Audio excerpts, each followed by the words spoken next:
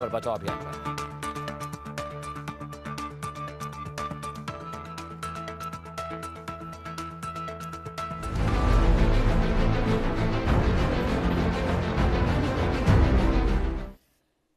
Good afternoon, नमस्कार, बहुत बहुत स्वागत है। मैं अमित सिंह। दोपहर के 1:30 बज चुके आफ्टरनून प्राइम टाइम लेकर हाजिर हैं। बात पाकिस्तान की कर रहे हैं दर्शकों। पाकिस्तान का कब्जा है वह कश्मीर, वो इलाका जिसे पाकिस्तान दशकों से अपना बताने की कोशिश करता रहा है। आज वही उसकी नीतियों के खिलाफ गुस्से का ज्वालामुखी फूटता दिखाई दिया। रावलकोट की सड़कों पर उमड़ी भीड़ सिर्फ एक प्रदर्शन नहीं बल्कि उस नाराजगी की तस्वीर बन गई जो लंबे वक्त से भीतर ही भीतर सुलग रही थी। पाकिस्तान की सड़कों पर उतरा जनसैलाब कोई मामूली प्रदर्शन नहीं है बल्कि पाकिस्तानी सेना और शहबाज सरकार के ताबूत में आखिरी कील ठोकने का ऐलान भी है। भूख, कंगाली, बिजली संकट और टैक्सों के बोझ तले दबे पीओके के बाशिंदों का सब्र अब टूट चुका है।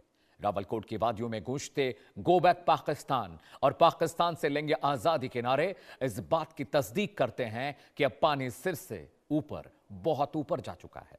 लोग अपनी ही जमीनों पर गुलामी जैसी जिंदगी जीने से इनकार कर रहे हैं। पाकिस्तानी फौज के जूते के तले रौंदे गए इस खित्ते में यानी हिस्से में अब बदलाव की आंधी चल रही है जो रावलकोट से शुरू होकर मुजफ्फराबाद तक फैल चुकी है। हजारों की तादाद में सड़कों पर उतरे युवा, बुजुर्ग और महिलाओं की आंखों में पाकिस्तान के प्रति गहरा गुस्सा, नफरत साफ दिखाई दे रही है। यह आंदोलन अब सिर्फ रोटी कपड़े का नहीं रहा दर्शकों, बल्कि पाकिस्तानी चंगुल से मुकम्मल आजादी का आंदोलन बन चुका है। इस्लामाबाद की दमनकारी नीतियां और कठपुतली सरकारें अब इस जन आक्रोश को दबा नहीं सकती। पाकिस्तान में क्या हो रहा है, क्या चल रहा है, हम लगातार आपको दिखा रहे, लेकिन वहां पर अब इंतहा हो गई है। वहां पर लोग भेड़ बकरियों की तरह मारे जा रहे हैं। पाकिस्तानी रेंजर्स अपनी बुलेट से पीओके की आवाम को निशाना बना रहे। ग्राफिक्स पर आते हैं दर्शकों। पीओके में बगावत की आग को लेकर क्या अपडेट है वो आपको हम बता दें। 9 जून 2026 को यह मामला शुरू हुआ। जैक पर पूरी तरह प्रतिबंध लगा दिया पाकिस्तानी सरकार ने और इसके बाद बवाद शुरू हुआ। रावलकोट और मुजफ्फराबाद में इंटरनेट बंद कर दिया गया ताकि लोग कम्युनिकेशन ना कर पाए, सरकार की नाकामी के बारे में लोग बात ना कर पाए। प्रदर्शनकारियों और सुरक्षा बलों के बीच हिंसक झड़पें हुई हैं और वो तस्वीरें भी आपकी टीवी स्क्रीन पर दर्शकों हम आपको दिखा रहे हैं कैसे वहां पर सेना मार रही है पब्लिक को। पाक सेना की फायरिंग में करीब 50 से ज्यादा लोगों के मारे जाने की अपडेट खबर हम तक पहुंच रही है। जी हां, 11 जून 2026 को क्या हुआ, रावलकोट के ईदगाह मैदान में प्रदर्शन हुए। 70,000 दर्शकों, 70,000 निहत्थे लोगों ने जनसभा की और वहां पर आजादी के नारे लगाए, वहां पर गोलियां चली। आजादी के कश्मीरियों ने नारे लगाए। नारे में कहा पाकिस्तान सेना ने प्रदर्शनकारियों की पर फायरिंग की। इस फायरिंग में कम से कम उस दिन 30 से ज्यादा प्रदर्शनकारी मारे गए थे। यह 11 जून की घटना थी। 12 जून आते हैं दर्शकों। पीओके में हालात बेहद अब तनावपूर्ण हो चुके हैं। स्थितियां बहुत खराब है वहां पर। जैक के नेता सरदार अमन खान ने ऐलान किया है। उन्होंने बड़ी बात कही। उन्होंने कहा प्रदर्शनकारियों की मौतों के बावजूद आंदोलन थमेगा नहीं, रुकेगा नहीं और हम पाकिस्तानी सरकार, सेना, रेंजर्स के खिलाफ अपनी आवाज बुलंद करते रहेंगे। पीओके में आखिर आंदोलन भड़का क्यों, इसकी वजह भी आपके लिए समझना बहुत जरूरी है। क्यों भड़का विद्रोह, समझिए। महंगाई, किल्लत, क्षेत्र की जनता सस्ते आटे चावल की मांग कर रही है। बेसिक नेसेसिटीज पूरी नहीं हो पा रही है वहां पे लोगों की। बुनियादी खाद्य वस्तुओं पर सब्सिडी मांग रही है वहां की आवाम, वहां की जनता, लेकिन फुर्सत किसे है। पीओके में बेहतर स्वास्थ्य सुविधाओं का घोर अभाव देखने को मिल रहा है और यही सबसे बड़ी वजह है। रोजगार यानी नौकरी और प्रशासनिक सुधारों की मांग को लेकर पब्लिक सड़कों पर उतर आई है, लेकिन सरकार के कान पर जूं तक नहीं रेंग रही। उन्हें इससे फर्क नहीं पड़ता। अब जरा पुलिस ने क्या बर्बरता की है वो चेहरा भी आपको देखना बहुत जरूरी है। कैसे वहां पर बेइंतहा तरीके से लोगों को भेड़ बकरियों की तरह मारा गया, आइए बताते हैं रावलकोट में क्या हुआ, उस घटना के बारे में आपको बताएं। जी हां, मांगों को लेकर लगभग 70,000 लोग सड़कों पर उतरे। प्रदर्शन बहुत मुखर था। लाखों लोग सड़कों पर आए और भारी संख्या में उमड़े प्रदर्शनकारियों ने चक्का जाम कर दिया, सरकार की नाक में दम कर दिया। भीड़ को रोकने के लिए पाकिस्तानी पुलिस ने गोली चलाई और ये गोलियां ताबड़तोड़ चली, बेतरतीब चली। रेंजर्स और सेना ने आंसू गैस के गोले छोड़े। प्रदर्शनकारियों पर पैलेट गन से गोलियां चलाई गईं। 30 से ज्यादा प्रदर्शनकारियों की उस दिन भी मौत हुई दर्शकों। और अभी भी यह सिलसिला मुसलसल लगातार जारी है। और कैसे एक छोटा सा विद्रोह गुस्से में तब्दील हुआ, विद्रोह के गुस्से में तब्दील होने की कहानी भी मैं आपको बताने जा रहा हूं। तनाव और बंदी जो माहौल वहां पर बना उसकी वजह से क्या क्या चीजें हुई। रावलकोट के अलावा मुजफ्फराबाद में भी बहुत सारी हिंसा और प्रदर्शन की खबरें आ रही हैं। वहां पर भी बड़े पैमाने पर हिंसा हुई, पुलिस ने गोलियां चलाई। कोटली और भीमबर इसके अलावा ददियाल जो बिल्कुल पीओके के कश्मीर के पास का जिला है, वहां पर बहुत हिंसा हुई। पाकिस्तान के शहरों में भी विरोध किया अब देखने को मिल रहे। इस्लामाबाद, रावलपिंडी और इन तमाम इलाकों में भी लोग अब विरोध कर रहे हैं। व्यापारियों ने बाजार पूरी तरह से बंद रखे हैं। पीओके के लोग सड़कों पर डटे हुए हैं, उतरे हुए हैं। सरकार के खिलाफ नारेबाजी हो रही है, पुलिस पर वो पथराव कर रहे हैं और पुलिस और जनता के बीच सीधी लड़ाई देखने को मिल रही है। चीन से दोस्ती किस तरह से पाकिस्तान के लिए एक आफत का सबब बनी है, वो भी बताते हैं। और कर्ज के जाल ने कैसे पाकिस्तान को तोड़ा है। जी हां, चीनी सीपीसी प्रोजेक्ट और निवेश के नाम पर पाकिस्तान में भारी भरकम निवेश किया, बहुत कर्जा दिया, बहुत सारी जमीनें, प्रॉपर्टी लीज पर ले ली। ऊंची ब्याज दरों का शिकार भी पाकिस्तान हुआ है। कर्ज की किस्तें चुकाने के चक्कर में पाकिस्तान का विदेशी मुद्रा भंडार बिल्कुल खत्म हो चुका है। जी हां, चीन से दोस्ती का खामियाजा कैसे पाकिस्तान ने चुकाया है। भारी कर्ज और ब्याज की वजह से दिवालिया होने की कगार पर पाकिस्तान की इकॉनमी, वहां की अर्थव्यवस्था पहुंच चुकी है। हालात खराब है, लेकिन वहां से जब गेस्ट जुड़ते हैं तो कहते हैं पाकिस्तान में सब चंगा सी। जी हां, दिवालिया होने जा रहा है पाक, कैसे, वो भी मैं आपको बताने जा रहा हूं। भारी कर्ज और ब्याज की वजह से दिवालिया होने की कगार पर पाकिस्तान की इकॉनमी, अर्थव्यवस्था वहां की पहुंच चुकी है। और पीओके में जो लोग नाराजगी है सीपीसी प्रोजेक्ट के कारण, बलूचिस्तान और पीओके में भारी नाराजगी है। बलूचिस्तान में बलूची विद्रोही भी पाकिस्तानी सेना के खिलाफ खड़े हो गए। बहुत शुक्रिया आपने वक्त निकाला डिबेट पे आने के लिए। कैप्टन साहब, पीओके में हालात लगातार खराब होते जा रहे हैं और वहां पर जो बातें हैं उसे लेकर जब हम किसी पाकिस्तानी काउंटर पार्ट से बात करते हैं तो वो कहते हैं बहुत मामूली सी बात है, वहां पर एक पॉलिटिकल रकस चल रहा है, वो जल्दी मेल्ट डाउन हो जाएगा। लेकिन अब तक 50 से ज़्यादा लोगों की मौत हो चुकी है, आवाम सड़कों पर है और ये उपद्रव जो गुस्से से शुरू हुआ था अब एक काइंड ऑफ आंदोलन बन चुका है वहां पर।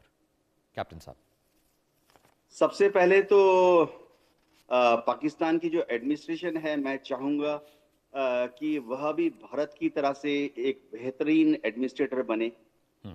मैं ये भी चाहूंगा कि पाकिस्तान में जो अवामी दंगे फसाद हैं वो कम से कम हो, ताकि आस्ते आस्ते पाकिस्तान भी तरक्की के रास्ते पे चल पड़े। जी देखिए, हो ये रहा है कि जैसे भारत में हम कोशिश करते हैं कि जमहूरियत ज़्यादा मजबूत हो। हम चाहते हैं कि दूर दराज के गाँव में जो लोकल एडमिनिस्ट्रेशन है उसको ज़्यादा से ज़्यादा ताकत दी जाए, पंचायतों को ज़्यादा से ज़्यादा ताकत दी जाए। और इसके लिए कोशिश करके हम सेंट्रल फोर्सेस को आमतौर पर दूर दराज के क्षेत्रों में भेजते नहीं हैं। हम हमेशा कोशिश ये करते हैं कि जो लोकल पुलिस है, जहाँ तक भी कहीं पर कोई डिसिप्लिन प्रॉब्लम हो, सुरक्षा प्रॉब्लम हो, लोकल एडमिनिस्ट्रेटिव प्रॉब्लम हो, तो लोकल पुलिस का ही इस्तेमाल किया जाए। इसकी एक वजह है, क्योंकि लोकल पुलिस जो है उन्हीं की कम्युनिटी से आती है, उनको लोकल भाषा आती है, लोकल कस्टम्स एंड ट्रेडिशंस पता होते हैं।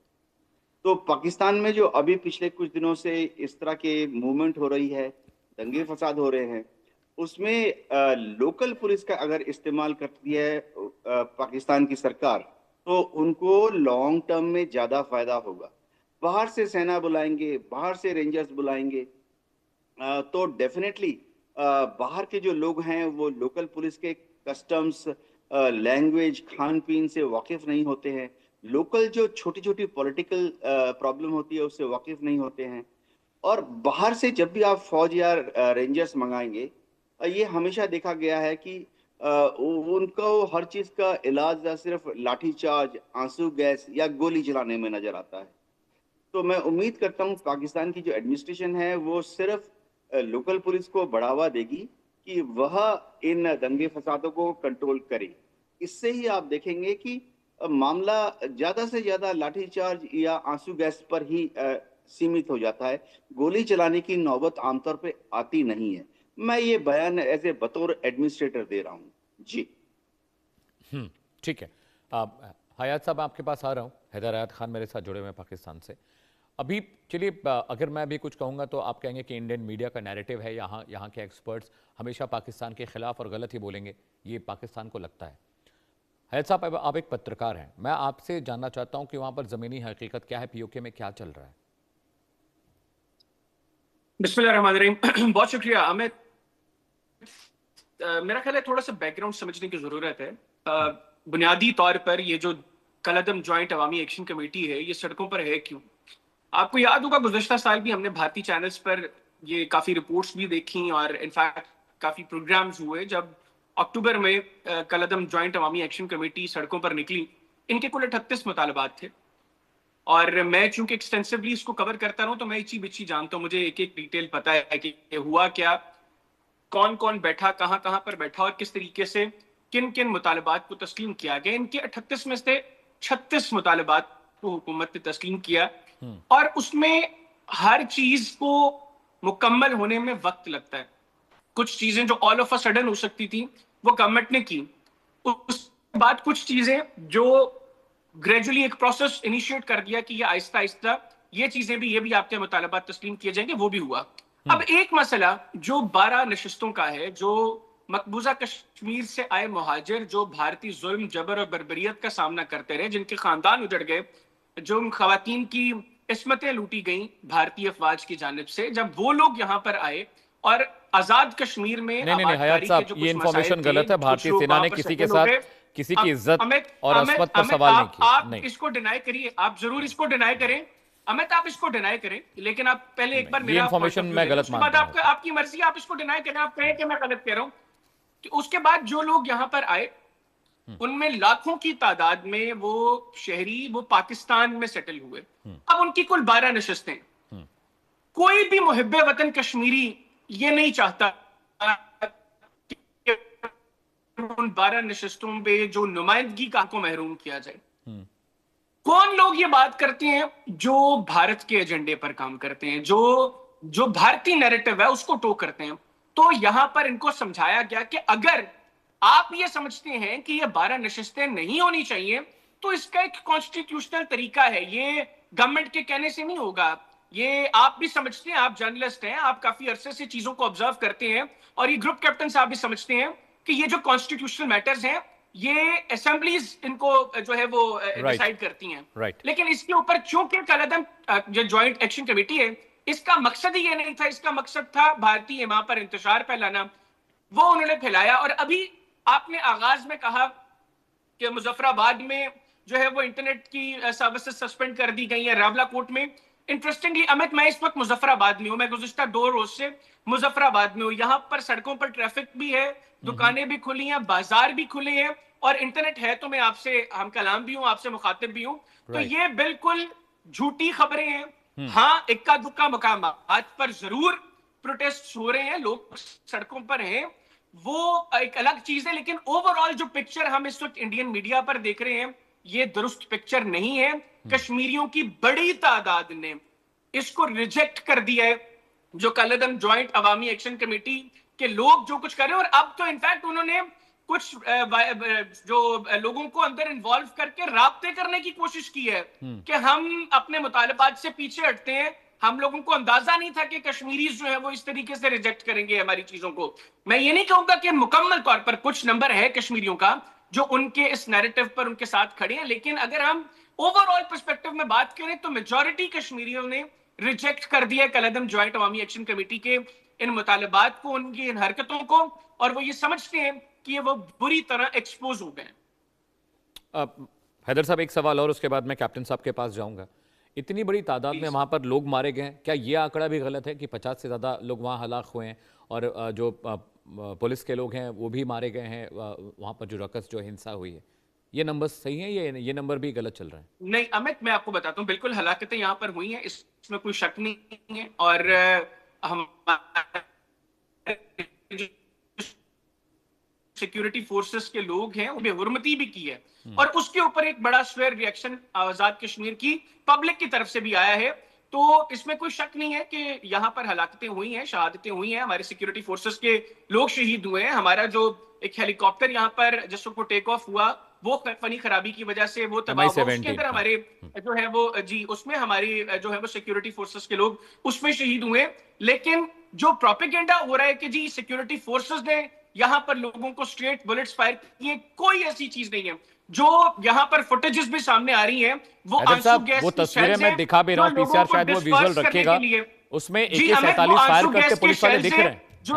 जो लोगों को डिस्पर्स करने के लिए यहां पर चलाए गए उनमें फायरिंग नहीं हो रही। जो जहां 1-2 मकामात पर जहां पर फायरिंग हुई है वो उस वक्त हुई है जब ज्वाइंट अवामी एक्शन कमेटी के लोगों ने सिक्योरिटी फोर्सेस की तरफ फायरिंग खोली। कैप्टन साहब, जो हैदर साहब कह रहे हैं वो तो किसी बात को एक्सेप्ट करने को तैयार ही नहीं। उनके हिसाब से तो पाकिस्तान में ज्वाइंट अवामी कमेटी जो वहाँ पर करना चाह रही थी वो कर नहीं पा रही है। वहाँ इंडियन नैरेटिव चलाने वालों के खिलाफ कार्रवाई हो रही है। पूरा पीओके जो कश्मीर साइड वाला पीओके है वहाँ पर बहुत ज़्यादा रकस है, बहुत ज़्यादा वहाँ पर अनरेस्ट है। लेकिन हैदर साहब के हिसाब से चीज़ें बहुत ख़राब नहीं है वहाँ पर। मैं पहले तो हैदर साहब की दाद देता हूं कि उन्होंने बड़ी पॉजिटिव पिक्चर पेंट करने की कोशिश की है। ऐसा ही होना चाहिए। हम भी हिंदुस्तान में हम भी उम्मीद करते हैं कि पाकिस्तान ने जिस कश्मीर के हिस्से पर जबरदस्ती कब्जा किया है वहां की अवाम पीसफुली रहे, जब तक कि वह एक आज़ाद मुल्क नहीं बन जाता है। हम भी चाहते हैं कि वहाँ की जो आवाम है वो रावलपिंडी और इस्लामाबाद से उनकी जो छोटी छोटी मांगे हैं उनको मनवा सकें। लेकिन देखिए, मैं जो बोल रहा हूँ बतौर एडमिनिस्ट्रेटर बोलना चाहता हूँ। कहीं पर भी अगर पीओके में आप देखें, भारत के कश्मीर में भी देखें, तो जो आवाम सड़कों पर हजारों की तादाद में अगर आती है तो इसका मतलब है जमीन के नीचे सुगबुगाहट काफी समय से चल रही थी। दिल्ली में बहुत आसान है एक साथ 10,000 लोगों को जमा करना। कलकत्ता बॉम्बे में बहुत आसान है एक साथ 10,000 लोगों को जमा करना। लेकिन दूर दराज के जो एरिया होते हैं पहाड़ों में, खासतौर से जो पाकिस्तान का हिस्सा है हमारे कश्मीर का, वहां पे जनता बहुत कम रहती है। पॉपुलेशन डेंसिटी इतनी कम होती है। ऐसे में अगर हजारों लोग एक जगह जमा हो रहे हैं, जैसा कि हम वीडियो में देख रहे हैं, और प्रूफ ये भी है कि वो थोड़े से गुस्से में भी हैं। जाहिर बात है, गुस्से में हैं तभी पुलिस के ऊपर शायद पत्थर फेंक रहे हैं। तो ऐसे में ये जो सुगबुगाहट है ये 3-4 दिनों की बात नहीं है, ये लंबे समय से चली आ रही है। बतौर एडमिनिस्ट्रेटर देखिए, मैं फिर से एक एंटी पाकिस्तान स्टेटमेंट नहीं दे रहा हूं। मैं सिर्फ इतना कह सकता हूं कि रावलपिंडी और इस्लामाबाद अगर ये चाहते हैं कि माहौल पर कंट्रोल किया जाए तो उनकी छोटी छोटी जैसी मांगे हैं उनको मान ली जाएं, उनकी बड़ी मांगे हैं उनको कॉन्स्टिट्यूशनल अमेंडमेंट कर दी जाएं। जो ये दावा कर रहे हैं कि भारत की के फौजों ने एक समय वहां पर कुछ गुस्ताखियां की थी, वो गुस्ताखियों को रिकॉर्ड में यूनाइटेड नेशन की पीस कीपिंग फोर्स या यूनाइटेड नेशन की जो ऑब्जर्वेशन फोर्स थी वो भी कभी पे नहीं लाए। तो कोई ऑफिशियल बयान नहीं है। हाँ, ये मैं बोलता हूँ, काउंटर दे सकता हूँ कि ट्राइबल्स बहुत ही बड़ी तादाद में मुजफ्फराबाद से श्रीनगर की तरफ कूच किए थे, रजाकार थे, और उन्होंने श्रीनगर आते वक्त बड़ी लूटपाट की। और हमारे जो भारतीय कश्मीरी थे उनको और उनके जो फैमिली के लोग थे उनको काफी परेशानियों का सामना करना पड़ा। लेकिन देखियो, वो हिस्ट्री हो गई है। आज उसको याद करके ये सोचना कि जॉइंट अवामी एक्शन का क्या है, वो कोई लिंक नहीं है। किसी भी देश में ये समझना पड़ेगा, ये जो 12 सीटें रखी हैं, ये लोग तो पीओजे में रहते नहीं है ना। पाक ऑक्युपाइड जैन कश्मीर में ये रहते नहीं है। ये रह कहाँ रहे हैं? ये लोग रह रहे हैं लाहौर में, कराची में, जैकबाबाद में, या हो सकता है रावलपिंडी, इस्लामाबाद में। तो ये लोग कराची में रहते हुए कैसे पाक ऑक्युपाइड कश्मीर के लोगों की नुमाइंदगी कर सकते हैं? बहुत ही अननेचुरल है। अगर वो लाहौर में रहते हैं, जाहिर बात है वो पाकिस्तान की सरकार के पिट्ठू बनकर हमेशा उसी तरह से अपने बयान देंगे, उसी तरह से वोटिंग करेंगे, उसी तरह से जो रिसोर्सेज हैं उसका इस्तेमाल करेंगे, तारीफों के पुल गड़ेंगे, क्योंकि उनको मालूम है कि उनकी ताकत इसलिए है कि वो सिर्फ नाम के वास्ते ये 12 जो नुमाइंदे हैं ये पीओजे से बिलोंग करते हैं। वो तो असल में लाहौर में रह रहे हैं, कराची में रह रहे हैं पिछले 50 साल से। उनके पिताजी, उनके पेरेंट्स शिफ्ट कर गए थे इस्लामाबाद में आज से 30 साल पहले। तो बहुत जरूरी है कि ये 12 नुमाइंदे जो चुने जाते हैं वो जिनका रेसिडेंशियल प्रूफ है कि वहीं पर रहते हैं, उनको ही ये मौका मिलना चाहिए। बात रही कॉन्स्टिट्यूशनल अमेंडमेंट की, पाकिस्तान के कॉन्स्टिट्यूशन में तो अभी आजादी से लेकर अभी तक 70-80 बार अमेंडमेंट हो चुके हैं। हर बार एक मिलिट्री गवर्नमेंट पावर में आती है, वो कॉन्स्टिट्यूशनल अमेंडमेंट कर देते हैं। तो ये भी एक बहुत छोटा सा कॉन्स्टिट्यूशनल अमेंडमेंट करना चाहिए। एडमिनिस्ट्रेटिव पॉइंट ऑफ व्यू से बहुत बड़ी राहत पाकिस्तान की सेंट्रल एडमिनिस्ट्रेशन को भी मिलेगी, और पीओजे के लोग भी इससे कुछ हद तक पैसिफाई होंगे, खुश हो जाएंगे।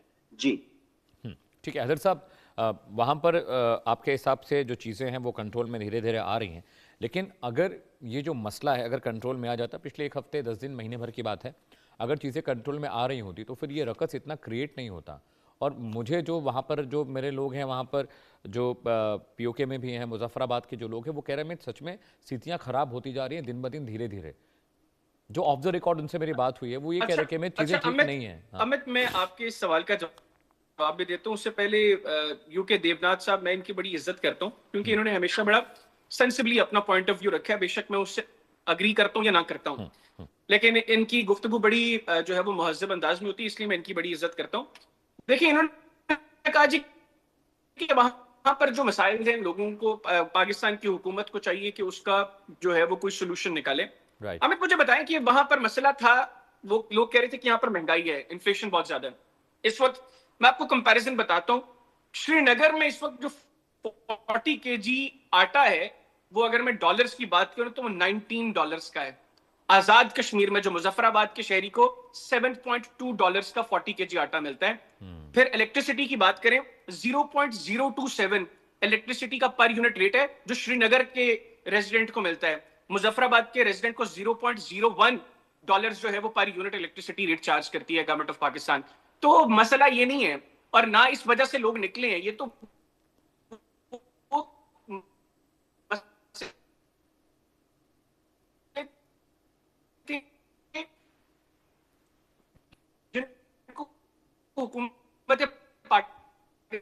देखिए अदर साहब, आप कह रहे थे कि वहां पर इंटरनेट दुरुस्त है, पूरे शो में आपकी आवाज हम तक ठीक से नहीं आ पा रही। बहुत बेहतर नहीं है, लेकिन वो इंडियन गवर्नमेंट यहाँ पर शार में बैठा हुआ हूँ मैं, इस वक्त यहाँ पे एक होटल में बैठा हुआ हूँ मैं। जिस रूम में बैठा हुआ हूँ ये थोड़ा सा फासले पे है जहां पर जो है वो वाईफाई डिवाइस लगी हुई है। अच्छा। ये इशू है, मुझे आइडिया नहीं था, अदरवाइज मैं थोड़ा उसके करीब बैठ जाता। बहरहाल, बाकी अब देवनाथ साहब ने कहा जी कि हमारा कश्मीर, देवनाथ साहब ये आपका कश्मीर नहीं है। आपने अपनी गुफ्तगू के अंदर जो अच्छी बात की वो ये कि आजाद मुल्क बने। अगर कश्मीरी चाहते हैं तो उनको उनका हक खुद इरादियत देना चाहिए, मैं तो खुद इसका एडवोकेट हूं। लेकिन कश्मीरियों की जबान पर दो बातें हैं, कश्मीर बनेगा पाकिस्तान, और जो सैयद अली गिलानी मरहूम ने नारा लगाया था पाकिस्तान का झंडा हाथ में थाम के भारतीय गोलियों की बौछार में कि हम पाकिस्तानी हैं, पाकिस्तान हमारा है। लेकिन मैं फिर भी कहता हूं कि कश्मीरियों को फैसला करने दें, ना पाकिस्तान उनको कहे कुछ, ना भारत कहे। इनिशिएटिव लेना, आगाज करते हैं कि वो किसके साथ रहना चाहते हैं, वो आजाद रियासत का क्याम चाहते हैं तो उनको आजाद रियासत दी जाए, लेकिन उसके लिए चीजों को इनिशिएट करना पड़ेगा। ऐसे नहीं कि आप यकतरफा तौर पर वहां पर उनका स्पेशल स्टेटस खत्म करें और उसके बाद 10 लाख की फौज वहां पर तैनात कर दें और हर 9 निहत्ते कश्मीरियों के ऊपर एक आपका जो फौजी है वो बंदूक लेकर खड़ा हो, उनकी सारी नकलो हरकत पर जो है वो नजर रखे, उनके घर बार तबाह करे, जिस तरह दिल करे। ये पता नहीं ये जानकारी कौन आप तक पहुंचा रहा है, फेक एनकाउंटर्स में मार दे, ऐसे चीजें हैदर, आगे नहीं चल हैदर, सकती। पता नहीं ये खबरें, ये इंफॉर्मेशन कौन देता है, बड़ी फिल्मी बातें लग रही है। हमारे यहाँ की सेना ने कश्मीर की तस्वीर तासीर बदल के रख दी है। वहां पर पहले कश्मीर में हम लोग जाया नहीं करते थे, मैं खुद व्यक्तिगत बता रहा हूँ, हमारे परिवार के लोग 20 साल पहले कश्मीर जाते से डरते थे, वो मना करते थे। अब हमारे फैमिली परिवार के लोग साल में 5 चक्कर कश्मीर के लगाते हैं। तो अब ऐसा तो नहीं है, कश्मीर में चीजें बदली हैं और बतौर भारतीय पहले हम भी डरते थे कश्मीर जाने में। वो 90s का जो कश्मीर था तो सभी खौफ खाते थे, लेकिन 90s वाला अब कश्मीर नहीं रहा। अब वहां पर स्कूलें हैं, अच्छी तालीम मिलती है, वहां का बिजनेस डेवलपमेंट सरकार अच्छे से कर रही है, इंफ्रास्ट्रक्चर कश्मीर का बहुत अच्छा हो गया है। वहां के ब्रिजेस के बारे में आप जानते होंगे, वहां पर जो नई ट्रेनें चल रही है उसके बारे में आप जानते होंगे। इनफैक्ट IIT भी कश्मीर में है, वहां पर मैनेजमेंट इंस्टीट्यूट भी बहुत बड़ा बन गया है। तो ये सब नैरेटिव्स है। फिलहाल बहुत बहुत शुक्रिया हैदर, बहुत बहुत शुक्रिया। वक्त बिल्कुल नहीं था मेरे पास। कैप्टन साहब आपका भी बहुत बहुत शुक्रिया डिबेट पे आने के लिए। आप दोनों मेहमानों का बहुत शुक्रिया। दर्शकों, वक्त एक ब्रेक है, ब्रेक के बाद भी खबरें लगातार जारी इंडिया न्यूज पर, साथ रहिएगा।